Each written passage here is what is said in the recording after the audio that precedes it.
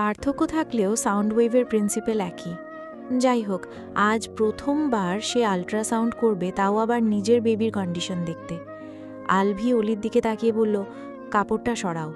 অলির ভীষণ কান্না পাচ্ছে, লজ্জায় সে যেন জমে গেছে। আলভি কোমল কণ্ঠে বলল, শুধু টেট থেকেই সরাতে বলেছি, আজে বাজে কিছু ভেবো না। I am very curious to see the baby, please let me see. Oli আলভির থেকে চোখ সরিয়ে অন্যদিকে তাকায়। লজ্জাগুলোকে সাইডে রেখে প্রথমে বোরকাটা বুক পর্যন্ত তুলে ফেলে। আলভি শান্ত চোখে অলির দিকেই তাকিয়ে আছে। অলির পরনে ডার্ক রেড কালারের স্কার্ট, তবে টপসের রঙটা আপাতত দেখা যাচ্ছে না। এর আগে তো মনে হয় আল্ট্রাসাউন্ড করেছিলে, তাই না? তাহলে তো জানার কথা যে ড্রেস কতটুকু সরাতে হবে। অলি একটা শ্বাস ফেলে বলল, যখন আল্ট্রাসোনোগ্রাম করা হয়েছিল তখন আমি অজ্ঞান ছিলাম, তাই জানি না। আলভি এবার ফোনটা বের করে একটা ছবি খুঁজে বের করল। স্ক্রিনে একটা মেডিকেল ইলাস্ট্রেশন ভেসে উঠল। সে ছবিটা সামনে এগিয়ে ধরে বলল, ঠিক এইভাবে ড্রেস সরাও। রুমের মধ্যে যেন হিম শূন্যতা, বাতাসেও জমে আছে অজানা অস্বস্তি। অলি নিঃশব্দে শুয়ে থাকলেও তার ভেতরের কোলাহল যেন ছাপিয়ে আসছে দৃষ্টিতে, দেহভঙ্গিতে। তার চোখে জমে থাকা চাপা ভয়, বুকের গভীরে গেঁথে থাকা পুরনো দুঃসহ স্মৃতিরা একসাথে আচ্ছন্ন করে রাখছে তাকে। সে জানে এই অনুভূতিগুলো কেবল একজন ধর্ষিতাই বুঝতে পারবে। বাকিদের কাছে এসব হয়তো শুধু বাড়াবাড়ি বলেই মনে হবে, অতিরিক্ত সংবেদনশীলতা বলে হেসে উড়িয়ে দেবে সবাই। অলির অবস্থা দেখে আলভির ভেতরেও ক্লান্তি জমেছে। চেষ্টার পর চেষ্টা করেও সে যেন অলির মনের ভেতরে সেই ভয়ের দেয়াল ভাঙতে পারছে না। ধীরে ধীরে হতাশা এসে তাকে গ্রাস করে। একটা দীর্ঘ বিরক্তির শ্বাস ফেলে সে চশমাটা চোখ থেকে খুলে পকেটে ঢুকিয়ে নেয়। মাথায় যেন টনটন করছে কিছু একটা, চোখে মুখে অবসন্নতা ফুটে উঠেছে। সে আর কিছু না বলে পেছন ফিরে রুমের দরজার দিকে এগিয়ে যায়। তখনই অলি তড়িঘড়ি করে উঠে বসে, কণ্ঠটা ভয়ে আর অনুতাপে কেঁপে ওঠে। কোথায় যাচ্ছেন? আলভি না তো উত্তর দিল আর না তো অলির দিকে ফিরে তাকালো। সে চুপচাপ দরজা খুলে বেরিয়ে গেল। অলি বোকা চোখে দরজার দিকেই তাকিয়ে আছে। লোকটা রেগে মেঘে আমাকে একা ফেলেই চলে গেল নাকি? অলি দ্রুত পায়ে বিছানা থেকে নেমে দাঁড়ালো। দরজা খোলার হাত বাড়াতেই একজন মহিলা ডক্টর দরজা খুলে রুমে প্রবেশ করে। অলি জিজ্ঞাসু দৃষ্টিতে তাকাতেই সে বলে ওঠে, আপনি তাসনিম স্যারের ওয়াইফ? অলি একটা ঢোক গিলল।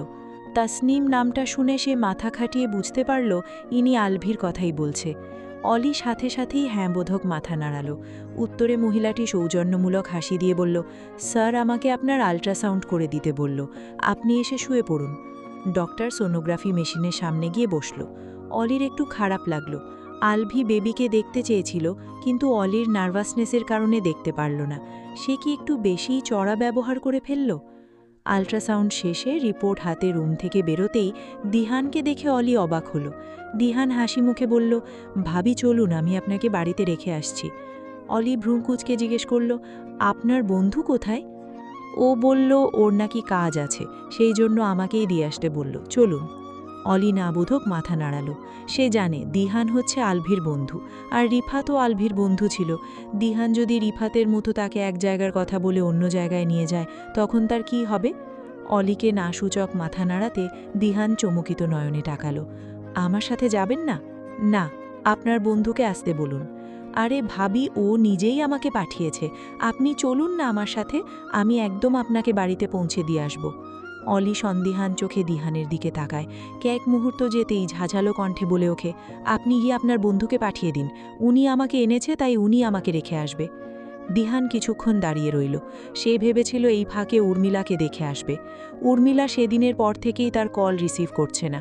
কি হলো, যান না, ওনাকে গিয়ে পাঠিয়ে দিন। দিহান উপায়ন্তর না পেয়ে অন্য সাইডে গিয়ে আলভিকে কল করল। তারপর অলির কথা বলল। কয়েক মিনিট যেতেই আলভি এসে হাজির হলো। অলি সরু চোখে আলভির দিকে তাকিয়ে আছে। আলভি অলির দিকে না তাকিয়েই বলল, অলি, দিহান তোমাকে বাড়িতে পৌঁছে দিয়ে যাবে, ওর সাথেই চলে যাও। আলভির রাগী কণ্ঠ শুনে অলি মাথা নিচু করে নিল। সে বুঝতে পেরেছে তখনকার ঘটনাটার জন্য আলভি তার উপর বেশ অসন্তুষ্ট হয়েছে, কিন্তু সেই দিহানের সাথে কিছুতেই যাবে না। আলভির বন্ধুদের উপর তার কোনো ভরসা নেই। অলি ঠাই দাঁড়িয়ে থাকতে দেখে আলভি চাপার স্বরে বলে ওঠে, দেখো, এটা নাটক করার জায়গা নয়, আমার কাজ আছে, দিহানেরও কাজ আছে, সেসব রেখেই তোমাকে দিয়ে আসতে রাজি হয়েছে, তাই চুপচাপ ওর সাথেই চলে যাও। আলভির কথায় অলি কেঁপে উঠল, নিম্নস্বরেই বলল, আমি আপনার সাথেই যাব। অলির এই কথাটা শুনে আলভির রাগ দপ করে নিভে যায়। তবুও সে গম্ভীর কণ্ঠেই বলে, আমার কাজ শেষ হতে হতে রাত হয়ে যাবে, তুমি ততক্ষণ থাকতে পারবে? অলি সাথে সাথে মাথা নাড়িয়ে হ্যাঁ বলে। আলভি একটা শ্বাস ফেলে দিহানকে বলে, তুই নিজের কাজে যা। দিহান আর কি করবে, ভেবেছিল উর্মিলাকে দেখে আসবে, কিন্তু তাও হলো না। যাক, আগামীকালকে উর্মিলার কলেজের সামনে গিয়ে দাঁড়িয়ে থাকার প্ল্যান করতে করতে নিজের চেম্বারের দিকে চলে গেল। আলভি একবার অলির দিকে তাকায়, তারপর উল্টো দিকে ঘুরে হাঁটা ধরে। অলিও ব্যস্ত পায়ে তাকে অনুসরণ করতে লাগল। রাতের বেলা আলভি একের পর এক রোগী দেখতে ব্যস্ত। সবাই সিরিয়াল অনুযায়ী আলভি অ্যাপয়েন্টমেন্ট নিচ্ছে।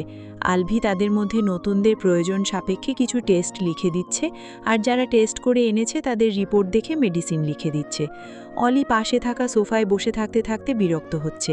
সে বেশ কিছুক্ষণ মায়ের সাথে কথা বলেছে, তারপর গেমস খেলেছে, কিন্তু কিছুতেই তার সময় কাটছে না। অলি মুখটাকে মলিন করে বসে আছে। বসে থাকতে থাকতে তার ঘুম আসছে। লাস্ট রোগীকে দেখা শেষ হলে আলভি হাঁপ ছেড়ে বাঁচে। সে এগিয়ে যায় অলির দিকে। অলি সোফায় বসে থাকতে থাকতেই ঘুমিয়ে পড়েছে। আলভি বেশ কিছুক্ষণ অলির ঘুমন্ত মুখপানে তাকিয়ে রইল।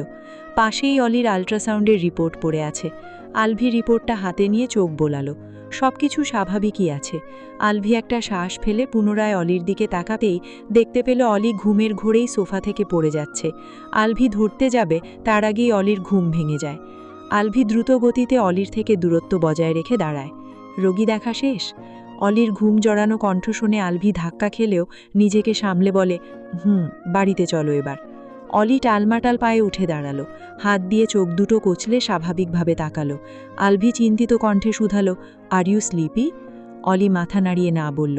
চোখ লেগে গিয়েছিল, চলুন।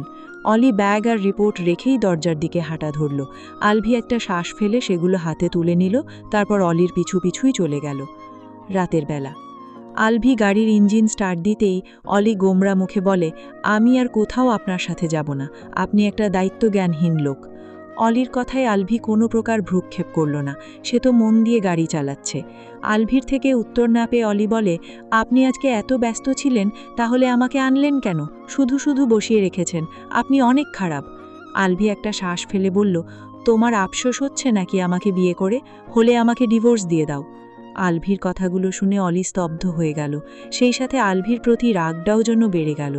আফসোস হয়তো আপনার হচ্ছে, সেই জন্যই ডিভোর্স দিতে বলছেন। এই জন্যই আপনার হাতে ডিভোর্স দেবার ক্ষমতা দেইনি। আপনি 19 থেকে 20 হলেই আমাকে ডিভোর্স দেবার হুমকি দেবেন, সেটা আমি আগেই বুঝে গেছিলাম। আলভি নিম্নস্বরে বলল, আমার সাথে এই টোনে আর কখনো কথা বলবে না। I don't like it. I don't care. আপনি আমার লাইফ হেল করে দিয়েছেন, আমি আপনার সাথে এভাবেই কথা বলবো। কি করবেন আপনি? আলভি শীতল চাহনি নিক্ষেপ করল অলির দিকে। আলভি সেই চাহনি দেখে অলির শরীর হিম হয়ে এলো। আলভি পুনরায় সামনের দিকে তাকিয়ে বলল, বেশি কিছু না, জাস্ট নিখোঁজ হয়ে যাব, আর কখনো কারো সামনে আসব না। এমনিতেও আমার থাকা না থাকায় তো তোমার কিছু যাবে আসবে না। আমার মনে হচ্ছে আমি না আসলেও তুমি তোমার বেবিকে নিয়ে ভালোভাবেই বাঁচতে পারতে। ভীত কণ্ঠে জিজ্ঞেস করল, কোথায় যাবেন আপনি? Of course I won't tell you. আমি ভয় দেখাচ্ছি না, শুধু ওয়ার্ন করছি। অবশ্য তোমার চিন্তা করতে হবে না, আমার অবর্তমানে আমার সব সম্পত্তি তো তুমিই পাচ্ছ। অলি মাথা নিচু করে নিল। আমার আপনার সম্পত্তির উপর কোনো লোভ নেই। ওরকম শর্ত দিয়েছিলাম বাবুকে কথা চিন্তা করে, আপনি ভবিষ্যতে যাতে ওকে কোনো কিছু থেকে বঞ্চিত না করতে পারেন, সেই জন্য। আলভি নিশ্চুপ রইল। তুমি আমাকে শুধুমাত্র বাবুর কথা ভেবে বাধ্য হয়ে বিয়ে করেছ, তাই না? অলি স্বাভাবিকভাবেই হ্যাঁ বোধক মাথা নাড়ায়। আমাকে দেখলে ভয় লাগে তোমার? ঘৃণা করো আমাকে? অলি অবাক চোখে আলভির দিকে তাকালো। আলভির দৃষ্টি সামনের দিকেই নিবদ্ধ। তোমাকে তখন দিহানের সাথে আসতে বললাম, আসলে না কেন? অলি স্বাভাবিক স্বরেই বলে ওঠে, উনি আপনার বন্ধু, সেই জন্য আমি ওনাকে বিশ্বাস করি না। আপনার এক বন্ধু আমাকে আপনার রুমে আটকে দিয়েছিল, এই বন্ধুও যে সেরকম কিছু করবে না তার কি গ্যারেন্টি আছে? আলভি হঠাৎ করেই গাড়িটা ব্রেক করল। অলির দিকে তাকিয়ে রাগী কণ্ঠে বলে, দিহানকে নিয়ে এরকম চিন্তা একদম করবে না। ও মোটেও রিফাতের মতো নয়। রিফাতের মতো হলে আমি ওকে তোমাকে নিয়ে আসতে বলতাম না। আমি কি চিন্তা করলাম না করলাম সেটা আমার বিষয়। আপনার বন্ধু আমার তো আর বন্ধু নয়। আপনার সাথে তো আপনার সেই বন্ধুও খারাপ কিছু করেনি, যা করার আমার সাথে করেছে। আলভি অবিশ্বাসী সুরে প্রশ্ন করল, খারাপ কিছু করেনি মানে? ও ও আমাকে ধর্ষিতা বানিয়ে দিয়েছে, আর তুমি বলছো শুধু তোমার সাথে খারাপ করেছে। তোমার কি মনে হয় ধর্ষিতা নামটা শুনতে আমার অনেক ভালো লাগে? অলি অন্যদিকে তাকিয়ে বলল, আপনার তো খারাপ লাগার কথা নয়, আপনি যা করেছেন ইচ্ছাকৃতভাবেই তো করেছেন, কেউ তো আপনাকে বাধ্য করেনি। আলভি হাল ছেড়ে দিল শুধু শুধু। অলির সাথে তর্ক করে লাভ হবে না। সে যদি বিষয়টা বুঝিয়ে বলতে যায়, অলি তার কথা বিশ্বাস করবে না। উল্টো অলি অবিশ্বাস করলে অলির প্রতি সে উগ্র হয়ে উঠবে, নিজের রাগটাকে আর কন্ট্রোল করে রাখতে পারবে না। আলভি পুনরায় গাড়ি স্টার্ট দিল। অলিও ঘাড় ঘুরিয়ে বাইরের দিকে তাকালো। পুরোটা রাস্তা দুজনের মাঝে আর কোনো প্রকার কথা হলো না। রাত্রি 11টা। অলি বাড়ির সবার সাথে ডিনার করে সবেমাত্র নিজের রুমে এসে বসেছে। আজকে একাই ঘুমোতে হবে আমাকে। উফ, একটা রাতেরই তো ব্যাপার, কালকে যেভাবেই হোক আমি বাড়িতে চলে যাব। এই অদ্ভুত বাড়িতে আমি আর থাকব না। অলি খাটের ডান পাশে শুয়ে খোলা দরজার দিকে তাকিয়ে ঘুমাতে চেষ্টা করল, কিন্তু ঘুমাতে পারল না। কিছুক্ষণ এপাশ ওপাশ করে ফোনটা হাতে নিয়ে গেমস খেলতে লাগল। এরই মাঝে দরজা ঠেলে আলভি রুমে প্রবেশ করে। অলি শোয়া থেকে উঠে বসে মাথায় ওড়না প্যাঁচিয়ে নেয়। তার চুলগুলো এলোমেলো, বিকালে হাসপাতালে যাওয়ার আগে বিনুনি করেছিল, এখনও সেরকমই আছে। আলভি এসে অলির পাশেই বসল। তোমার ঘুমোতে প্রবলেম হলে আমার রুমে চলো। অলি মাথা নাড়িয়ে বলে, না আমি ঠিক আছি, আপনি গিয়ে ঘুমিয়ে পড়ুন। হঠাৎ করেই আলভি অলির বিছানায় শুয়ে পড়ল। অলি ঘাবড়ে গিয়ে কিছুটা দূরে সরে বসল। আচ্ছা, আমার রুমে তোমার যেতে কষ্ট হলে আমি বরং এখানে শুয়ে পড়ি। অলির এবার ভীষণ কান্না পাচ্ছে, ইচ্ছে করছে দেয়ালের সাথে মাথা ঠুকতে। আপনি নিজের রুমে যান প্লিজ। নো, আজকে আমি এই রুমেই ঘুমাবো। অলি বিছানা থেকে নেমে দাঁড়িয়ে বলে, আচ্ছা আপনি তাহলে এখানে ঘুমান, আমি দাদুমণির রুমে গিয়ে ঘুমাচ্ছি। ফুপু আর দাদুমণি একসাথে ঘুমায়, সেখানে যাওয়াটা তোমার জন্য ঠিক হবে না। তাছাড়া দাদুমণি বয়স্ক মানুষ, তোমার ঘুমানোর যেই স্টাইল, তোমার সাথে একদিন ঘুমালে পরের দিন আর সে ঘুমাতে চাইবে না। অলি অবাক হয়ে গিয়ে বলে, আমার ঘুমানোর স্টাইল সম্পর্কে আপনি জানলেন কিভাবে? আলভি কথা ঘুরিয়ে বলল, ঈশা বলেছে। ও তো বাধ্য হয়েই তোমার সাথে ঘুমিয়েছিল, কাজিন বলে নাও করতে পারেনি। কি? ঈশাপু বলেছে? বিশ্বাস করি না আমি, সে আমাকে নিয়ে এমন বাজে কথা কিছুতেই বলতে পারে না। তাহলে আমি জানলাম কিভাবে বলো? অলি কিছুক্ষণ চুপ থেকে বলে, আমার ঘুমানোর স্টাইল সম্পর্কে জানার পরেও আপনি আমার সাথে ঘুমাতে চাইছেন কেন? আলভি শোয়া থেকে উঠে বসে বলল, আমার একমাত্র বউ তুমি, শোয়ার স্টাইল যেরকমই হোক না কেন, আমাকে তো তোমার পাশেই শুতে হবে, তাই না? আরেকটা বিয়ে করার তো অপশনও রাখুনি যে সেই বউয়ের সাথে ঘুমাবো। দেখুন, বিয়ের আগেই বলে দিয়েছিলাম যে আমি আলাদা রুমে থাকব, আপনি আমাকে টাচ করবেন না। তোমাকে তো আলাদা রুমেই থাকতে দিয়েছি, আর টাচ কোথায় করলাম? অলি চুপ করে রইল। আলভি শান্তস্বরে বলল, দেখো অলি, আমি চাই না এই অবস্থায় তোমার ঘুমোতে প্রবলেম হয়, বা তুমি কোনোভাবে বেবিটাকে হার্ট করে ফেলো। কথা দিলাম, তুমি না বলা পর্যন্ত বিশেষ প্রয়োজন ছাড়া তোমাকে টাচ করব না।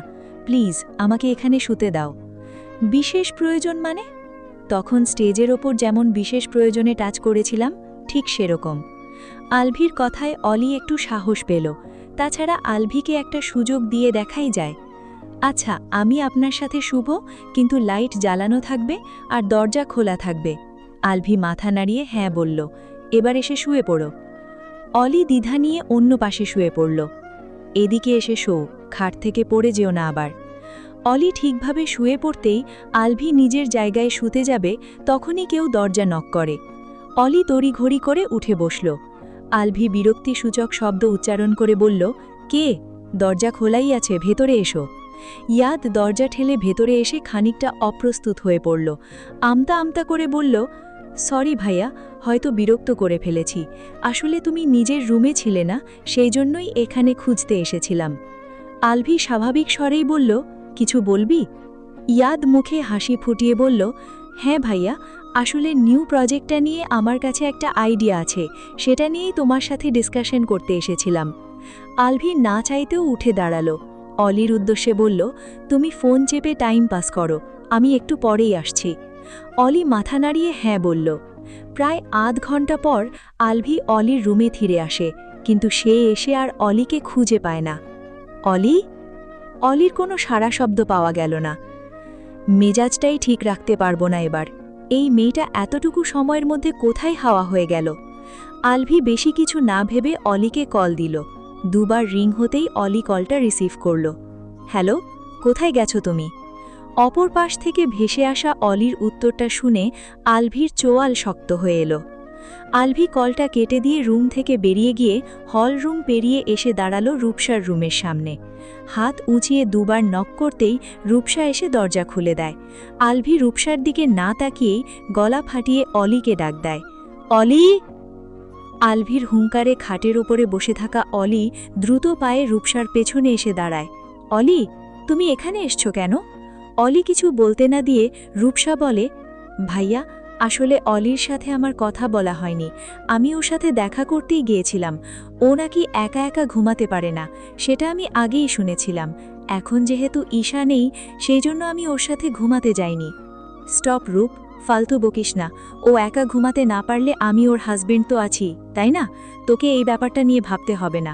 অলি, কাম উইথ মি। অলি একটা শুষ্ক ধোপ গিলে মিনমিনিয়ে বলে, আমি রূপসা আপুর সাথে ঘুমাতে পারবো তো? উনি হাত পা ছোড়াছুড়িও করেন না, আপনি গিয়ে নিশ্চিন্তে ঘুমাতে পারেন। আলভি প্রচণ্ড বিরক্তিতে বিড়বিড় করে বলে, ডাম্ব। অলি কথাটা না শুনলেও রূপসা শুনেছে। সে আলভির উদ্দেশ্যে বলে, ভাইয়া, ওকে তুমি জোর করে বিয়ে করেছ, সেই হিসেবে ওকে একটু টাইম তো দেবে নাকি নিজেকে সবকিছুর সাথে মানিয়ে নিতে? আলভি কিছু বলতে চাইলেও বলতে পারে না। রূপসার জায়গায় উর্মিলা হলে নিঃসন্দেহে দুটো থাপ্পড় দিয়ে অলিকে টেনে টেনে নিয়ে যেত, কিন্তু রূপসাকে সে কিছুই বলতে পারবে না। অলি, লাস্ট বারের মতো বলছি, চলো আমার সাথে। অলি একটা ঢোক গিলে বলে, আমি যাব না, আপনাকে দেখলে আমার ভয় করে, আপনি যান এখান থেকে। আলভি এবার নিজের ক্রোধকে আর কন্ট্রোল করতে না পেরে দরজার পাশে থাকা কাঁচের ফ্লাওয়ার ভেসটা ছুঁড়ে ফেলে দেয়, যার শব্দে অলি কেঁপে উঠে রূপসার হাত খামচে ধরে। ফলস্বরূপ রূপসার রাগী চোখে অলির দিকে তাকায়। মেয়েটাকে ওর অসহ্য লাগে।